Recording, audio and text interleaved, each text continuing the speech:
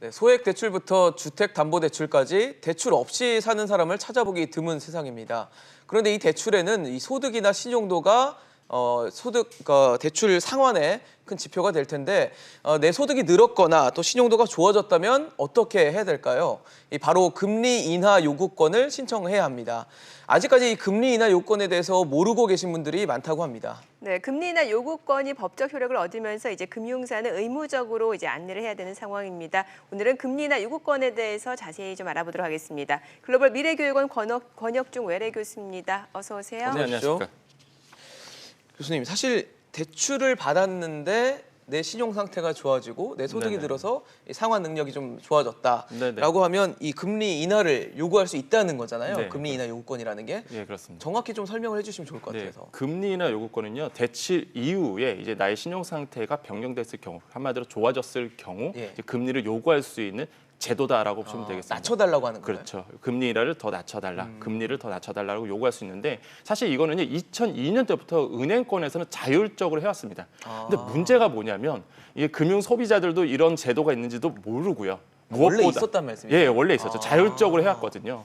그런데 이제는 금융사들도 이거를 적극적으로 알릴 이유가 없었기 때문에 알릴 필요도 없었고 그러다 보니까 고지를 하지 않았었죠. 근데 이거를 이제는 아까 우리 앵커님께 말씀하신 것처럼 법적으로 이제 제도화시켰다. 이게 이제 법적인 취지거든요. 네네. 그래서 이제는 법적 근거를 명확하게 하고자 은행법, 보호법, 보험업법, 상호저축은행법, 여신전문금융법을 개정해 갔고요. 시행령을 거쳐서 이제 19년 6월 10일 그러니까 그제였죠. 이게 법적으로 시행이 됐습니다. 그러면은 앞서 봤습니다만 취업 승진 등으로 신용 상태가 좋아졌을 때 금리 인하를 요구할 수 있는 권리다. 그렇죠. 그럼 신용 상태가 좋아지면 누구라도 이 금리 인하를 요구할 수 있다라는 겁니까? 예, 정확하게 말씀하셨습니다. 예. 이제 신용 상태에 따라서 신청을 할 수가 있는데요. 네. 이거는 개인도 되고요.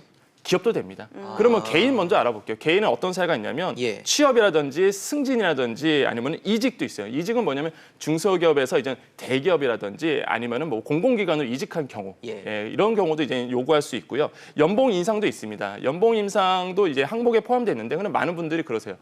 내 연봉 올랐는데 해당이 되냐? 그러니까 기준이 있습니다. 평균 임금 인상률의 2배 정도 올라야 되거든요. 2배요? 그러면 평균 임상률은 어떻게 되느냐? 16년도에는 4%였고요. 17년도에는 한 3.7% 정도 됐거든요. 나와 있군요. 네, 이게 나와 있습니다. 그렇기 때문에 내가 한 3.5에서 한 4% 정도 보고 나서 한 더 올랐다. 그러면 이제 당당하게 이제 요구할 수 있는 권리가 있다라고 보시면 되겠고요. 네. 또 한 가지 개인의 재산의 증가도 포함이 되고요. 네. 또 한 가지 또 신용평가가 올랐다. 이럴 경우에 해당이 되고요. 기업 같은 경우에 해당이 된다고 말씀드렸잖아요. 네네. 재무 개선이 뭐 개선이 된다든지 네. 아니면은 매출이 크게 올랐다든지 뭐 새로운 특허가 이제 심사 받아서 등록이 됐다든지 신용평가 등급도 또 개인이나 기업이나 공통으로 해당되기 때문에 이런 부분이 이제 해당이 된다고 보시면 되겠습니다. 그래서 제가 우리은행의 어떤 서류를 실제 봤어요. 네. 그때 거기에 서류 나오는 항목들이 직장 변동, 뭐 연소득 변동, 직위 변동, 그다음에 주거래 고객 체크, 신용 등급 상승, 자산 증가, 부채 감소 이런 항목들이 있거든요. 실제적으로 예. 이런 항목들을 보시면 되겠다라고 보시면 되겠죠. 네. 근데 아까 말씀하시기로는 이 금리 인하 요건이 기존에도 이미 자율적으로 네. 좀 시행이 되고 있었다고 하는데 저는 사실 잘 몰랐거든요. 그러셨군요. 이거는 얼마나 많은 분들이 좀 이용을 했는지 기존에 네네. 그것도 좀 궁금합니다. 네, 금융위 자료를 봤습니다. 예. 네. 금융위에서 한 18년도에 금리 인하 요구 제도를 그러니까 금리 인하 요구 제도를 활용했던 건수가 대출 건수가 무려 17만 1천 건이나 됩니다. 정말로 많은 분들이 이거를 활용하셨다고 보시면 돼요. 그렇네요. 그다음에 이제 그걸 금액으로 좀 따져봤더니 뭐 은행, 보험, 저축은행, 여신전문금융사 합산해 갖고 연간 한 4,700원 정도 이제 이자가 감소됐다 이게 추정하고 있거든요. 네. 그 정도로 많은 분들이 좀 아시는 분들은 좀 하고 계셨다고 볼 수가 있겠고, 그래서 매년 한 11만 건에서 한 14만 건 정도 받아들여지고 있고, 실제 지금 이제 필드에서 어떻게 통용되고 있나 봤더니 한 은행권 같은 경우는 한 80, 90% 신청하면은 이게 요구가 허락이 되는, 그러니까 그래요? 받아들여지고 있거든요. 예, 그래서 예. 아시는 분들만 사실 이런 어떤 혜택을 받았다라고 보시면 되겠죠. 네. 근데 좀 전에 보니까 오히려 수용 건수는 좀 줄어들었던데요. 그러면은 네. 제일 제2금융권이 가 아니라 제2금융권에서 오히려 수용 건수가 좀 줄어드는 건가요? 정확히 말하면은 이제 제 인터넷 은행 때문에 그렇습니다. 예, 인터넷. 인터넷 은행을 제외하면은 사실 그러니까 포함해서 하면은 한 50%밖에 안 되고요. 네. 그러니까 인터넷 은행을 제외해서 순수 이제 시중 은행만 본다면 이게 한 수용 건수가 한 80, 90%가 되거든요. 이제 요거는 차이라고 좀 보시면 되겠습니다. 네. 금리나 요구권이 이제 의무적으로 바뀌면서 많은 분들이 이런 혜택을 좀 누리셔야 될 것 같은데 그쵸. 혹시 네. 신청을 하려면 뭐 필요한 서류라든지 구비 서류가 있어야 될 것 같아요. 그렇죠. 예. 이제 뭐 기본조육의 금리나 신청서가 있을 거고요. 뭐 재직증명서, 그다음에 근로소득 원천징부 영수증, 이건 뭐 말 그대로 국세청 들어가면 이거 다 뽑아져 나올 수 있거든요. 네. 이런 부분도 실제 볼 수 있고요. 또 한 가지 또 시중은행에서는 여러 가지 자료를 요구하고 있습니다. 뭐 의료보험증이라든지 아니면 자격증이 있으면 좀 달라. 이 자격증도 또 해당이 되거든요. 그러니까 내가 금리나 요구했을 때에 어떤 부분이 변화됐느냐 이것을 증빙할 수 있는 자료면은 예. 다 가지고 오셔야 된다라고 보시면 되겠습니다. 근데 사실 저는 잘 모르다 보니까 네네. 금리 인하를 요구했다가 혹시 금리가 거꾸로 오르진 반대로. 않을까라는 네네. 겁이 좀 나는데 네네. 그것도 가능한가요?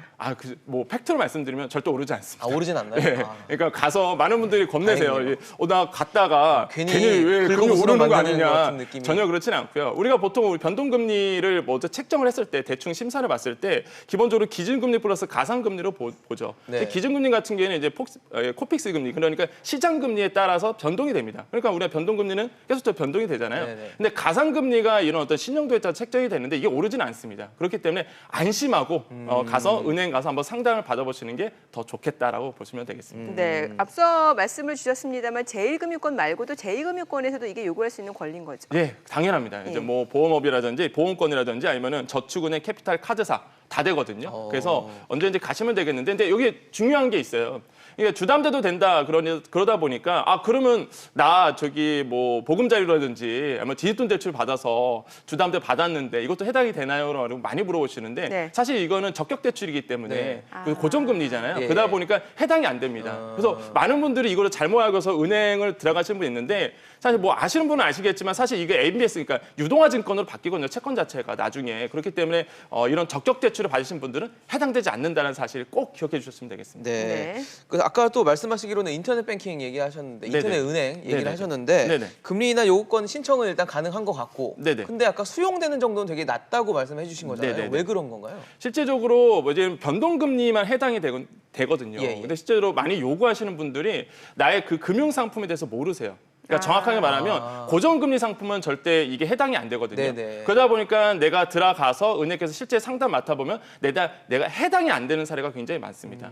근데 해당이 되는 사례도 굉장히 꽤 많아요, 반대로. 그래서 좀 예를 들어본다면 예. 그 주담대 같은 경우에는 주택담보대출을 이제 신용대출로 받았던 경우에는 실제 승진했을 경우 이거 할인받았던, 그러니까 인하가 받았던 사례도 있고요. 네네. 한 3.5% 받았는데 승진해서 갔더니 이제 0.5% 정도 인하를 포인트 인하된 시켜주는군요. 어떤 사례도 있었고 또 마이너스 대출하신 분, 자영업자 같은 경우에도 실제 은행 가갖고 상담을 맡았는데 내가 매출이 좀 늘다 보니까 오히려 또 이것도 인하된 사례도 있었고요. 네네. 또한 기업도 있었습니다. 기업도 신용대출 받아서 사실 했는데 요번에 그 매출이 크게 늘었단 말이죠. 그러니까 영업이 크게 늘다 보니까 아무래도 단기순이익도 늘잖아요. 그럼 단기순이익 늘어온 자료를 가지고 제출하니까 오히려 그 신용대출 기업 입장에서도 이렇게 법인들도 할인을 받았던 사례도 많기 때문에 실제로 저는 권유드리거는 이제 은행 가서 직접적으로 한번 부딪혀 보기를 저는 권유드리거든요. 겁내지 말아달라. 네네. 예, 겁내지 말. 금리가 오르진 않으니까요. 그러니까요. 그래서 네. 자신 있게 이제 금융 소비자로서의 권리를 찾아가라 이렇게 좀 말씀을 드리고 싶습니다. 네, 이제는 법적으로 은행 그러니까 금융권에서 그 금리나 요구권에 대해서 안내를 해줘야 되는 거잖아요. 네네네. 그런데 만약에 이 고지를 제대로 안 하게 되면 어떤 법적인 처벌도 받게 되는 겁니까? 네, 처벌을 받습니다. 이거를 법제화했잖아요. 네. 제도화했잖아요. 그러면 당연히 이제 페널티를 줘야죠. 만약에 이걸 거부하게 되거나 고지 의무를 안 했다라고 네. 했을 경우에 과태료를 묻는데 금융회사라든지 임직원들한테도 과태료를 묻니다. 근데 그 금액이 좀 커요. 1천만 원 정도 됩니다. 1,000만 원이요? 예, 1천만 원. 물론 기업 입장에서는 1천만 원 작은 금액이라고 볼 수 있겠지만 일단은 1천만 원이고요. 예. 이제는 과실의 의무 아니면은 과실 범위에 따라서 증감이 되거든요. 네네. 이런 부분을 좀 알아달라. 그래서 자신 있게 이제 금융 소비자라면 이런 것을 가지고 한번 요구해 보시는 것도 나쁘지 않다. 그래서 고지를 무조건 또 금융사는 해줘야 되기 때문에 네. 받아들일 가능성이 굉장히 크거든요. 이런 부분 좀 알아두시면 되겠습니다. 네. 사실 이 금리나 요구권을 할고 싶으면 네네. 이제 소득이 오르거나 뭐 신용도 관리를 해야 될 것 같은데 네, 맞습니다. 소득은 사실 뭐 마음대로 할 수가 없다 보니까 네네. 신용도 관리가 되게 중요할 맞아요. 것 같아요. 맞습니다. 어떻게 하면 미리미리 좀 신용도 관리를 꼼꼼하게 할 수 있을까요? 뭐 첫 번째로는요 금리나 요구권에 대한 항목들 있잖아요. 네. 이것을 좀 정확하게 알고 가셔야 되는 부분이에요. 그러니까 신용도를 신용도를 체크해달라는 게 한마디로 이제 그 요구권에 대한 항목들이 있잖아요. 이거를 네. 이제 체크해달라는 얘기겠고, 두 번째로는 이제 주거래 은행을 꾸준하게 이용하시는 게 좋습니다. 저도 사실 주거래 은행이 있거든요. 네. 그래서 꾸준하게 이용하거든요. 그래서 서비스가 좋아요. 그렇기 때문에 주거래 은행을 꾸준하게 이용하는 거. 뭐 이해 좋겠고요. 네네. 또 일반적으로 우리가 신용 점수를 좀 획득하는 방법들은 있습니다. 그게 또 뭐냐면요, 내 신용 등급을 먼저 확인하는 방법들이 있겠죠. 네. 근데 요즘에 신용 등급 확인하는 게 굉장히 편해졌어요. 저 같은 경우에는 사실 유료로 쓰고 있거든요. 네. 그런데 뭐 카카오뱅크라든지 토스 이용하시면은 사실 1분 이내에 이게 확인이 가능합니다. 네. 사례가 좀 있었는데 제가 사실 저는 1등급이에요. 그런데 네. 와. 이런 토스를 가보면 오히려 그렇네요. 상향이 좀 낮게 나와요. 네. 그 이유가 뭐냐면 나의 네. 정보를 많이 줘야 되거든요. 아. 예, 많이 정보를 요구하고 있어요. 그걸 예, 안 예. 주다 보니까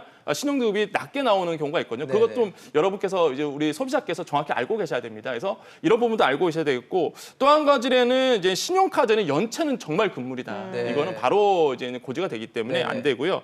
또 한 가지는 뭐 또 제2금융권이라든지 대부업체에서 이제 대출받는 거 가급적이면은 이제 시중은행 1금융권을 찾는 게 나의 신용도를 지키는 게 굉장히 좀 탁월한 혜택이겠다. 네. 이렇게 말씀을 드리겠습니다. 알겠습니다. 네. 12일부터 금리나 요구권이 법적 효력을 갖게 됐습니다. 많은 분들이 정확한 정보를 좀 캐치하시고 많이 이용하셨으면 좋겠습니다. 지금까지 경희대 글로벌 미래교육원 권혁중 외래교수였습니다. 감사합니다. 네, 감사합니다.